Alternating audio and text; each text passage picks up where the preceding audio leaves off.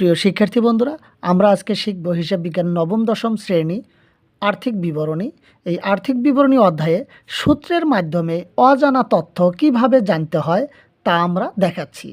আমরা দেখতে পাচ্ছি যে ব্যবসায় ক বিক্রয় 10,600 টাকা, বিক্রিত পণ্যের ব্যয় 7,800 টাকা, পরিচালন ব্যয় 1,300 টাকা, মোট মুনাফা প্রশ্নবোধক চিহ্ন এবং নিট মুনাফা বা নিট ক্ষতি প্রশ্নবোধক চিহ্ন। তাহলে কিভাবে আমরা ক নং ব্যবসায় মোট মুনাফা নির্ণয় করব এবং নিট মুনাফা বা নিট ক্ষতি নির্ণয় করব। আমরা সূত্রের মাধ্যমে দেখাবো যে মোট মুনাফা নির্ণয়ের সূত্র হচ্ছে বিক্রয় মাইনাস বিক্রিত পণ্যের ব্যয়। তাহলে বিক্রয় হলো 10,600 টাকা এবং বিক্রিত পণ্যের ব্যয় হচ্ছে 7,800 টাকা।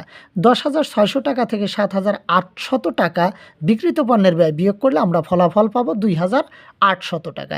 এই 2,800 টাকাই হচ্ছে মোট মুনাফা।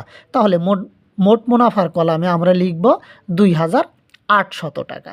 এবং নিট মুনাফা বা নিট ক্ষতি কত? নিট মুনাফা বা নিট ক্ষতির সূত্রটি আমরা জানব যে মোট মুনাফা থেকে পরিচালন ব্যয় বিয়োগ করতে হয়। তাহলে আমরা ক নং প্রশ্নে পেয়েছি মোট মুনাফা 2,800 টাকা এবং পরিচালন ব্যয় আমরা উদ্দীপকে দেখতে পাচ্ছি ক নং ব্যবসায় 1,300 টাকা। তাহলে মোট মুনাফা থেকে পরিচালন ব্যয় 1,300 টাকা বিয়োগ করলে বিয়োগফল পাবো 1,500 টাকা। যেহেতু মুনাফার পরিমাণ বেশি তাই 1,500 টাকাকে নিট মুনাফা বলবো, ক্ষতি বলা যাবে না।